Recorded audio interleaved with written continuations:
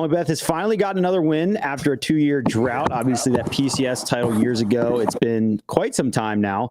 So we'll just go with a broad statement here. What does this win mean for his legacy?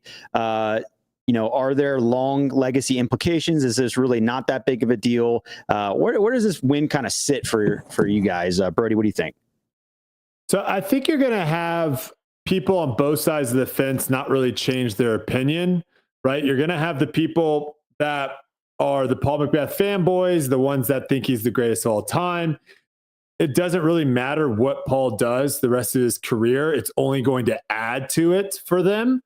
And then you're going to have the people on the other side of the fence that are either, more in line with like the King Climo or more in line with maybe some of the new age players like Gannon Burr, AB, those type of players, and saying, well, he's not winning nearly as much as he used to. The field's way better. The talent's way better. And I don't think there's going to be that much he can really do to prove those people wrong or to maybe get them to jump over onto his side. But the people in the middle, the people that are kind of not on one side or the other, I think this is a massive win for him. Not only is he, I believe, the first ever to win twice at this course. Very, very difficult course to win at to begin with.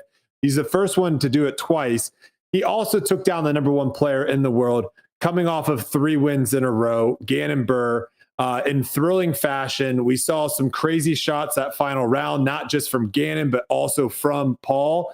So I think this is a big win, especially coming off of the fact that he hasn't won in so long. So I think those people like that are in the middle, seeing him win now against Gannon, I think that will shift it a little bit more to his side.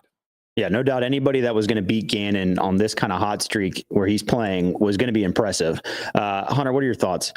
I think this is a huge win for Paul and for Paul's career, but I don't necessarily think it's a huge win for his legacy, mainly because I think that his legacy cemented at this point. Really, I think the only wins left for his legacy are majors, because that's the one thing he has left, is still chasing to top Ken Climo in the all-time majors. So I think when we're looking at legacy, I'm thinking a decade, 2 decades removed from right now, right? And we're looking back on the legacy Paul McBeth left, and I don't think one Elite Series win towards the latter stage of his career has any effect on his legacy. What I do think it has an effect on is his current reputation, because I think right now it proved a lot to us, the disc golf fans of right now, because we know we're watching it, right? Years from now, they're going to argue this is the beginning of Gannon Burr's career. He's still on the up and up. What we're watching, that Gannon Burr is the most talented disc golfer we've ever seen. Right. We're watching that he is in what probably won't end up being his prime, but it's going to be hard for him to perform at a level like this consistently for a long time. And we're watching him play solid all weekend long, and Paul McBeth go toe to toe with him and not crumble, do the opposite, actually perform very clutch shots over and over, and be able to come out on top, go blow for blow with Gannon down the stretch and have a win. So I think it's very big for his current reputation, but I don't think it necessarily affects his legacy, only because his legacy is so big and so grand that I think major's the only thing that can have an effect on that. Okay. Yeah, that's reasonable. Gary, do you agree with that? Yeah, I think we have to think about this in 2 different ways, so similar to what's been said, is that what does this singular win do for the body of work that he's already given us? And the answer there is nothing. It does nothing for that, because Paul already has all of his major accolades, his era of dominance, and he has the historic contract, the foundation he's created, and this win adds nothing to any of those things. If he retired right now, which is the thing we always have to talk about, we wouldn't talk about this win. This would be like, the diehards would talk about it, but if he retired right now, this would be like the stretch of great games that Jordan had when he went to the Wizards. Great moment for the sport, awesome, but we don't talk about the Wizards when we reference Jordan's legacy, and this was a great win. I'm not disputing that at all, but for improving his legacy, this win does not improve his legacy any more than it does. Now, what it can do for his legacy is that I think a lot can be said about the confidence that you build when you go 1v1 with Gannon Burr and you take down the win. And a lot of things looked really good in this event for Paul. We haven't seen very consistently, and that his forehand was looking better than I think I've seen it in a long time. His clutch putting didn't fail him down the stretch, and he dealt with the mental stress and mistakes that he made and Gannon's success live on the course extremely well. So I think this could be the win that gets him fired up, and that can be a great thing for his legacy, not the win itself. before Idlewild, I probably had Paul ruled out of the USDGC conversation, but after Idlewild, I have to include him in that conversation now. Yeah, no doubt this could rev him up for maybe another chapter that would count towards his legacy. Ross, is that what you're kind of thinking? Yeah, I don't think this has anything. I don't think this win really impacts his legacy, as others have said. But what I do think it could have an impact on is the future. Golf, I mean, disc golf is golf. It's such a mental game. I mean, the actual physical mechanics, Paul is, if anything, better now than he was in his prime. But what will this do for Paul's mental game going forward? It's been he has never really competed against Gannon Buhr like this. They mentioned this on coverage. He's never been going 1v1 against Gannon. I don't know how accurate that is. This is debate night, not fact check night. But if that's true, taking him on and beating him has to give him some confidence going forward. Like, I can beat these kids. I can beat the young guns, Isaac, AB, these people who have really been dominating the last couple of years. And will this become a new era of Paul, in contention every week, winning pro tours, just becoming more consistent? I think it's also important to just think about like the last 2 years of Paul's life. He did get injured. We have no idea. I don't know what that injury was like in terms of how that affected both him physically and mentally. He has a kid now. Like, how much that is probably distracting him from practicing. Gannon can be out doing 500 putts a day while Paul's worried about changing diapers and worrying about his kid and other stuff. So, we don't really know what the future holds for Paul, but I hope that this is something we actually look back on and think that is the moment of flip switch. This is now the last phase of his career, similar to Tom Brady going to the Bucs, where that really rejuvenated his career and he went on to win another Super Bowl. Is this going to be the moment where, like, you know what, now Paul's back, maybe he is actually going to win another major or two, or just be more consistent on the pro tours? Yeah, well, and it's funny enough. Go ahead. Okay. We're throwing out a couple comparisons there with Ross and Gary, with Tom Brady and with Michael Jordan.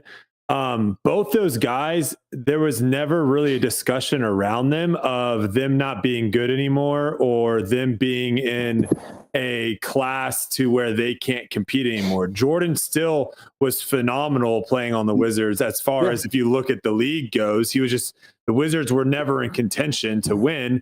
Tom Brady going down the Bucs, everyone was thinking, oh my gosh, now this is a Super Bowl contender team. The story around Paul the last couple years has been, he can't win anymore with these players around him that are better than him. And I think like that's the story. Is like, he's been in many moments especially this last year, of where he has the ability to win and he's just not been able to do it. And I think getting it done, I think it's closer to like Tiger Woods in a sense, of where at a certain point in Tiger's career, people kind of counted him out. And so like later in his career, when he was able to go out and still win at East Lake way back in the day, and people were freaking out, like, I think that's why people are freaking out now too, is because there was this cloud around him of, he just can't win anymore. He can't figure it out. These guys are too good around him that if he slips at all, he just can't get it done. And now he finally was able to do it against Gannon. Yeah, is this going to go down as like the top 10 win of his career when you're looking back at it? No. But when you look at his Wikipedia page and you look and see let's just say he retires in a couple years or whatever, and he doesn't win anymore. If he doesn't have this win, it's kind of weird. Like, you get a point of where it's like, oh, look, it wasn't like he just fell off a cliff and something happened, he wasn't able to bounce back. Yeah. No, he had a bunch of top 10s and a bunch of top 5s. Yeah. He has never figured out how to win again. Like, that's, to me, that's where I think this knocks that off. And I think it's a big win. It's good to have that win to bookmark your career. I think that's where these wins kind of come into play. Is like, you can always check it off as like, okay, in the year, if you're looking back 10 years from now, you can say in the year 2025, Paul McBeth was still able to win tournaments. Against the number one player in the world. Right. Exactly. And I think too, we saw this dip in productivity from him, with whatever, becoming a dad, the injury, whatever what might be. But really, we have seen an upwards trajectory. I think a consistently upwards trajectory, to the point where that trajectory has now landed him as a winner. And how many guys have won this year on tour? Not that many. There are other really good players that you would call like top talents that have not won tournaments yet this year. So I think, what we could be looking at is, okay, he's now either is still moving upwards in trajectory, or at least he's gotten to a place where why can't he stay here for 3-4 more years I mean, and win a tournament each year? Yeah, the biggest thing, and Ross kind of mentioned this a little bit, it was never a talent thing. It was never he's not good enough to win. No. If you watch the pressure of, and I'm very curious, we're going to have him on the podcast tonight. If you're watching this after, go watch the Tour Life one. Shout out. I've seen it. I'm very curious to listen to hear what he says about the pressure of coming into a tournament and everyone kind of murmuring, can he win again? Can this guy win? Yeah. Is he actually really that good? Versus the pressure he used to have of coming into a tournament and everyone being like, oh, Paul's going to win this one. Because it was never this guy can't play good enough to win. We were seeing him crumble under the pressure. For sure. He was getting so close and he was just making big mistakes.